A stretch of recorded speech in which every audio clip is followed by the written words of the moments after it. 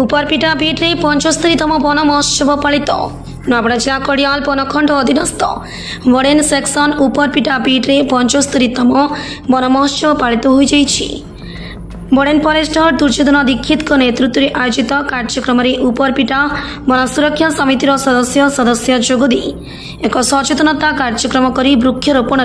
महत्व उपरे उपस्थित जनसाधारण को सचेतन करथिले। हाँ आज्ञा आज उपरपिटा बीट रे वृक्षरोपण कार्यक्रम होचे वन महोत्सव पालन करा होचे केंति कार्यक्रम हला आज्ञा से ऊपर कहबे। आज होची एही वर्ष जुलाई मासर प्रथम तारीख रु 7 तारीख पर्यंत वन महोत्सव गोटे महोत्सव भाव में पालन करा जाय। ए जो स्थान रे आमे करूछु यह होची उपरपिटा ग्राम एथिरे आमर गोटे वन सुरक्षा समिति अछंती तत्संगे गोटे लांजी ग्राम पंचायत जेहेतु सरपंच महोदय अछंती तांकर नेतृत्व रे आज आमर वन विभाग तरफ तांकर सहयोग रे आमे माने आज गोटे वन महोत्सव पालन करूचे। एथिरे समस्त ग्रामवासी आबाल वृद्ध वनिता एथिरे सहयोग करी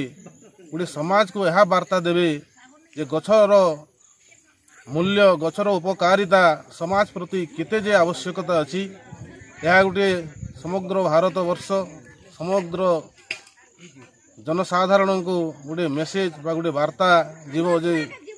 समस्ते यही महोत्सव रे भाग नहीं आगामी पीढ़ी को केमिति गोटे सुरक्षा गोटे संतुलित परिवेश रे गढ़ी उठिबे या एकांत काम्य अटे। एणु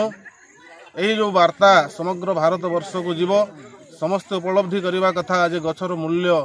गछर उपलब्धि केते जे समाज प्रति रही अछि सेटा समस्त अनुमान करिवे बोली मोर आशा। इतरे बहुत बहुत धन्यवाद देवी आमर जो वन सुरक्षा समितिर प्रेसिडेंट महोदय सुशांत माझी आज्ञा तांकर सहयोग अछि समस्त ग्रामवासी सहयोग अछि तत्संगे आमर लांजी ग्राम पंचायत सरपंच महोदयांकर समस्तंकर सहयोग क्रमे आज यही वन महोत्सव कार्यक्रम स्थानीय सरपंच वैदेही माझी मुख्य अतिथि भाव में जोगदी वृक्षरोपण कार्यक्रम को उद्घाटन कर पंचायतवासी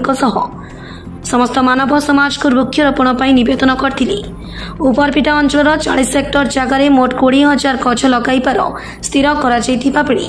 गछ को किभली भाव में सुरक्षा दे गछ को बंचा जाई परिबो से उपरे फरेस्टर समस्त को आह्वान करिसेंती।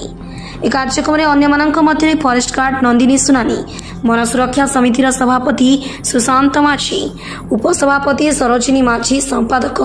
मदन जगत कोषाध्यक्ष त्रिलोचन माझी पल्लभ माझी गाँव आबाल वृद्ध वनिता उपस्थित रही।